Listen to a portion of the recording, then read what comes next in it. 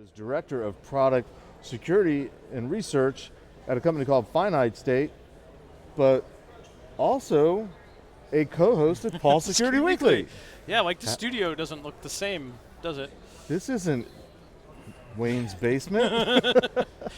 No, it is not. This is definitely not Wayne's basement. It is not. But well, Larry, welcome. Thanks, Jeff. We've not done RSA before, I don't think. No, I mean I was at the last time I was at RSA was almost a decade ago, And and that's I was about not when speaking. I started Yeah. coming out here. Yeah. So cool. How are you liking it so far? It's about what I remember. There's a lot to take in. Yeah. A lot of walking. Bigger expo floor. I don't know if you've made it there or Yes. not yet. Yeah, I got over there this morning. It's and crazy yes, big. Crazy big. And a little bit of excitement. You're here because you're giving a talk tomorrow. I'm speaking. Yeah, That's pretty cool. Many years in the making. I've submitted many years and never got accepted, and this year was the year. Well, for those of our listening audience that aren't necessarily familiar with our show, Paul Security Sure. Weekly, maybe just tell us a little bit about yourself, just a little brief background. Sure. Yeah. So I will make it brief because but I roughly spent the last 20 years as a pen tester, and got out of pen testing to go do some other stuff to make it back into pen testing a little bit. Okay. So very much a practitioner. I've taught for the last 15 years or so for the SANS Institute. Right. We have a class on hacking wireless and hacking IoT.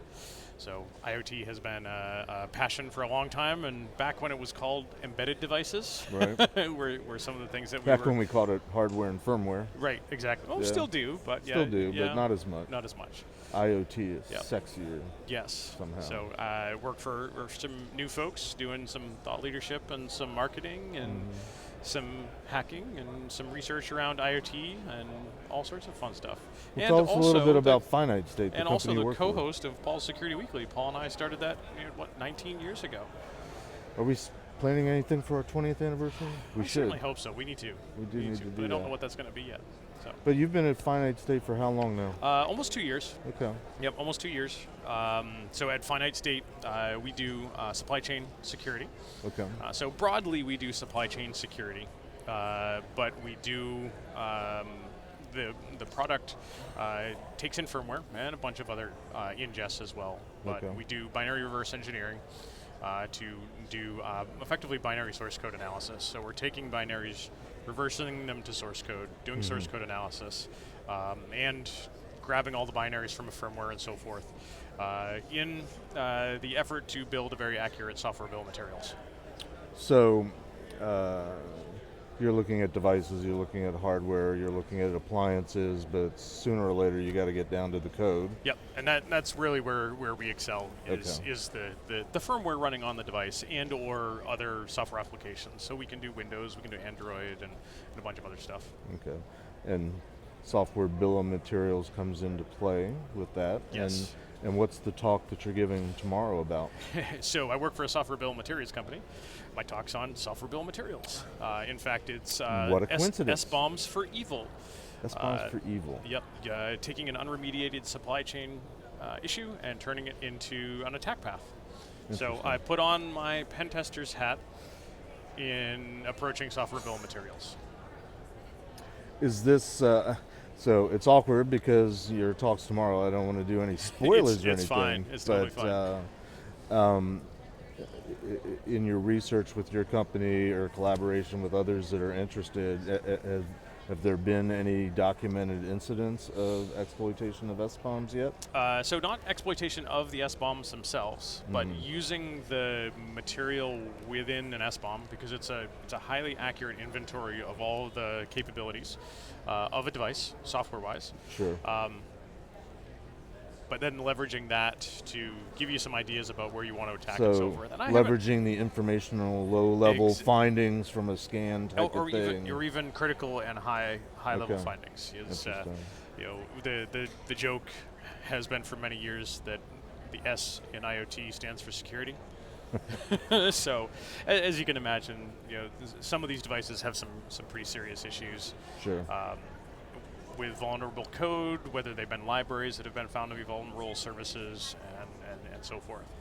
So is your talk a tale of caution? Are you trying to raise awareness that Yeah. this is something that we should be thinking about Yeah. as well as everything else? So, Or are you providing a roadmap for yes. how to? So absolutely not a tale of caution. In fact, completely the opposite. We want folks to use SBOMs. I want folks to use SBOMs. We want to see folks who adopt SBOMs. So it's totally not an anti-SBOM talk. It is. Right. You're going to need to have SBOMs. There's been lots of talk in the security industry about needing SBOMs. We're kind of hearing that by 2025, the end of 2025, every electronic device that you buy should have an SBOM available to someone. We don't know who that's going to be, whether it's public or private. And we've talked about this on the show absolutely a few times. Yep, absolutely. So if there's SBOMs available, it now becomes another piece of data that an adversary, a pen tester, can use to help inform their attack path. Now, not in a cautionary tale, the talk is very much pro SBOM, but take your SBOM that you're generating for your stuff, or take the SBOM that you're receiving from your suppliers, and put your red team hat on and approach the SBOM from that adversarial perspective. I think my goal is to have folks use that SBOM to think about the attack paths, to see what's vulnerable, to fix the problem, generate a new SBOM. Are there still more problems? Fix more problems. Do that in an iterative process. So folks are saying, like, Larry, you're teaching people how to hack devices by using SBOMs. And like, that's anti-SBOM. I'm like, no, it's not anti-SBOM. I want you to use the SBOM to make your stuff better by putting on, the red informing blue, so that by the time you release an SBOM, you have a really secure device. It's kind of reminding me of that meme where they have the picture of the bomber from World War II shot up and riddled with holes in certain places. Yes. And then the question is, where should we be applying more armor? More armor.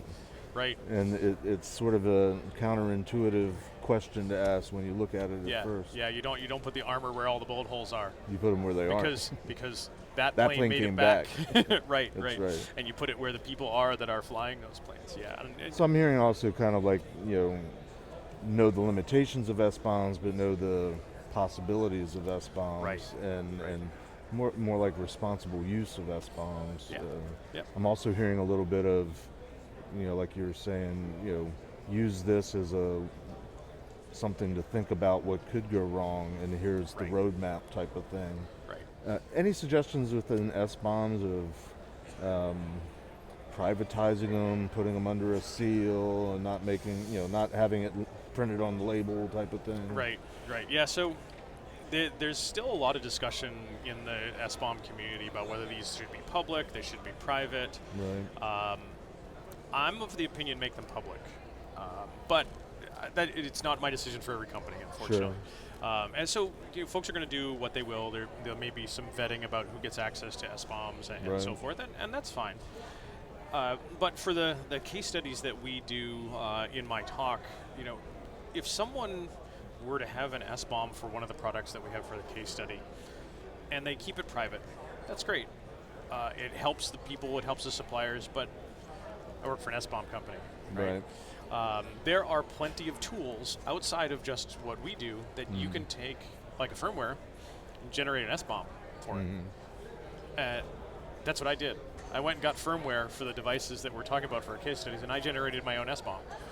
So still, I never send a single packet to attempt to compromise devices. Right. I got a copy of the firmware from the manufacturer's website and generated my own SBOM. Excuse me. So whether or not they're private, there are still ways for folks to gather, create, and leverage that information in a non-private manner. So that's why I kind of lean towards make them public. And to the point that they're public, use them red team style, fix all the problems so when they are public, there's not a lot of meat left on the bone for someone to start performing some attacks against. Well, and I come from that DoD background that assumed total compromise and knowledge of everything that you were trying to build and protect. And protect and secure it anyway. Right. In the context of cryptography and crypto systems, but I don't know. I always thought that kind of made sense. Here's everything you need to know, and still protect it and still secure it. Yep. We don't do that very well. Not anymore. Not anymore. We hide behind proprietary. Yes. What's your algorithm? No, we can't talk about it. it. Can't talk about it. I can see that there'd be many software-based companies out there, IoT companies out there, like, oh, we can't tell you the secret sauce. Right. And we have shared stories about our experiences with yes. how well that works. The secret sauce never goes well. Yeah, not too well. Nope. I've heard rumors that some people are not necessarily excited. You alluded to a little bit of, why are you giving people a roadmap to, hack devices? I mean, are there other elements to this controversial topic that you're covering? So how do you mean other elements? I mean, there are definitely some folks that in the SBOM community that aren't particularly happy and wonder what kind of play I'm making and that type of stuff. Right. And like, you're teaching people how to develop a roadmap. And my answer is, I'm not teaching the people that are going to use the software bill of materials to roadmap anything. I'm just speaking about it because many others aren't.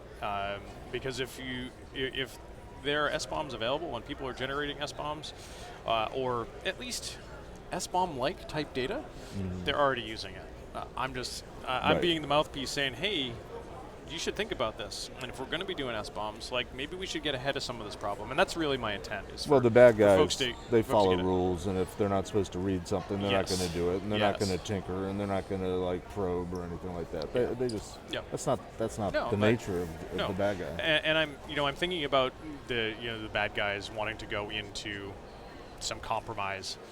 And being as informed as they possibly can about their target, and I see software bill of materials adding to that information that they can build about the target, and I saw some quotes from some folks that aren't particularly happy about you're teaching folks to build that attack path and how to do it. That the hackers they don't need a software bill of materials to find vulnerable stuff. They're just going to scan the crap out of it anyways. Right. And then they're just going to throw a bunch of stuff at it. And I'm like, a really good attacker does not operate in that way. Right. I think about all of the stuff that the one that keeps coming up to mind is Natanz, the enrichment facility. Yep. For nuclear material. Like, the U.S. government in that attack to slow down the centrifuges, they just didn't launch a bunch of stuff. It was very tailored. It was very precise. They spent a long time doing research about the types of things in that facility, about the types of exploits that they could do. And if it had been network connected and not air gapped, right, they wouldn't have been sending a bunch of packets. That's how you get caught, right? Right. And I think about even some of the things that our good friend Tyler Robinson has said. Like, he, for a long time, when was doing pen test work, would go on a pen test and not use a single exploit because he didn't need to. Right. So because he was well informed. Yeah. So he was well informed. I mean, to me, the biggest controversy of SBOMs, at least what I think it is, it's all the companies that don't want to, lift the lift the lid, the veil, or open the closet, and reveal just how jerry-rigged, MacGyvered together the software is. They don't want to and expose the skeletons in the closet. You're only giving people another reason to dig into that type of thing. And I think that's where a lot of folks are going, and ultimately, it's not that we're trying to get them to go, oh my gosh, like, our stuff is horrible. No, we want you to use that to improve. It is likely that you're going to have to start generating SBOMs as part of your business to be able to sell into various organizations and to get various security certifications for your devices. Yeah. So, hey Larry, our time is up actually. Oh no. You're talking tomorrow. What time? 8:30 in the morning. 8:30 in the morning. That's it. Larry Pesce of Security Weekly. He is going to be at the RSA conference speaking tomorrow morning. Want to learn more about it? securityweekly.com/RSAC. We are out.